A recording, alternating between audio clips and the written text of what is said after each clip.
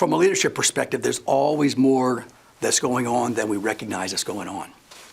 And one of the things I'm amused about is many times when I go into an organization that is experiencing some problems, right? They're not reaching their goals, productivity, safety, quality. And so they're asking me to come in and help to work with the teams or work with the leaders. And what happens is frequently they'll point out an individual or a group of individuals and they'll say, McCaddy, that's the problem over there. These people they're resistant. And long story short, they're not resistant.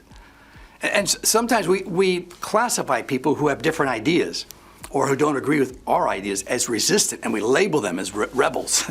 And we castigate them, we knock them out, and we say, get away. That's not resistance, that's just diversity of thought. They've got a different view. And if we don't take time to hear their view, we're not going to know what their views are. I'll tell you one of the secrets that I have many times going into an organization like that is I'll go in and I'll talk to the ones that they say these are the troublemakers. And they don't express themselves well, right? That's because they've been treated so badly that maybe they don't use the same kind of respectful language, but they're frustrated, and so that's how they talk.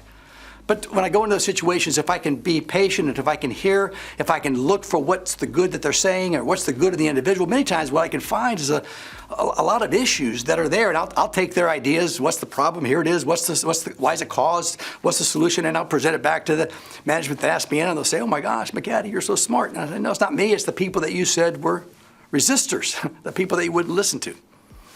So Kate Cole, I had the opportunity to speak with her. She's the leader of a large organization, Focus Brands North America, and she talks about this. And you'll hear other leaders say the same things, but it says many times when people on the production area and the sales area, in the environment at work, even the environment at home, the things that they're complaining about, they're complaining because they see the problem. And the reality is that the people that are doing the thing that they're supposed to do, they will see the problem a lot sooner than leaders will.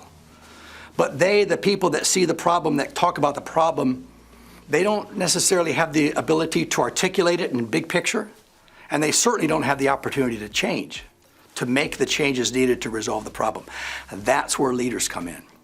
So if every time somebody says something negative, and we don't look at what's really going on, and we discount them as rebels, rebellious, resistors, then we miss the opportunity to really understand the details. Because once we understand it, we have, the leaders, we've got the ability to articulate it in the big picture. Here's how this problem affects this goal. And we certainly have the ability to make the change, to implement solutions that will cause the problem to go away. But that takes, from a leader's perspective, that takes listening. That takes listening to the people who are saying things that you don't like in ways that you may not like it. Listening to learn what it is that it looks like from their perspective. And then it takes observing. What do you see? What is the challenge that this person is facing? And then once we listen and learn and then observe what's happening, then we can lead in that situation. And that's what leadership is realizing that just because somebody has a different point of view than yours doesn't mean that they're wrong. It means that they see things differently. So what do they see? Why do they see it that way? And where are we the same and where are we different? But to lead in a way that gives articulation to their situations and helps to work together to solve common problems. Listen, observe, and then lead in that situation. That's leadership.